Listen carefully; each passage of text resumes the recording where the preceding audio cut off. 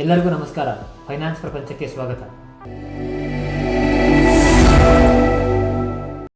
I am now happy to announce that there will be no income tax payable up to income of 12 lakh rupees.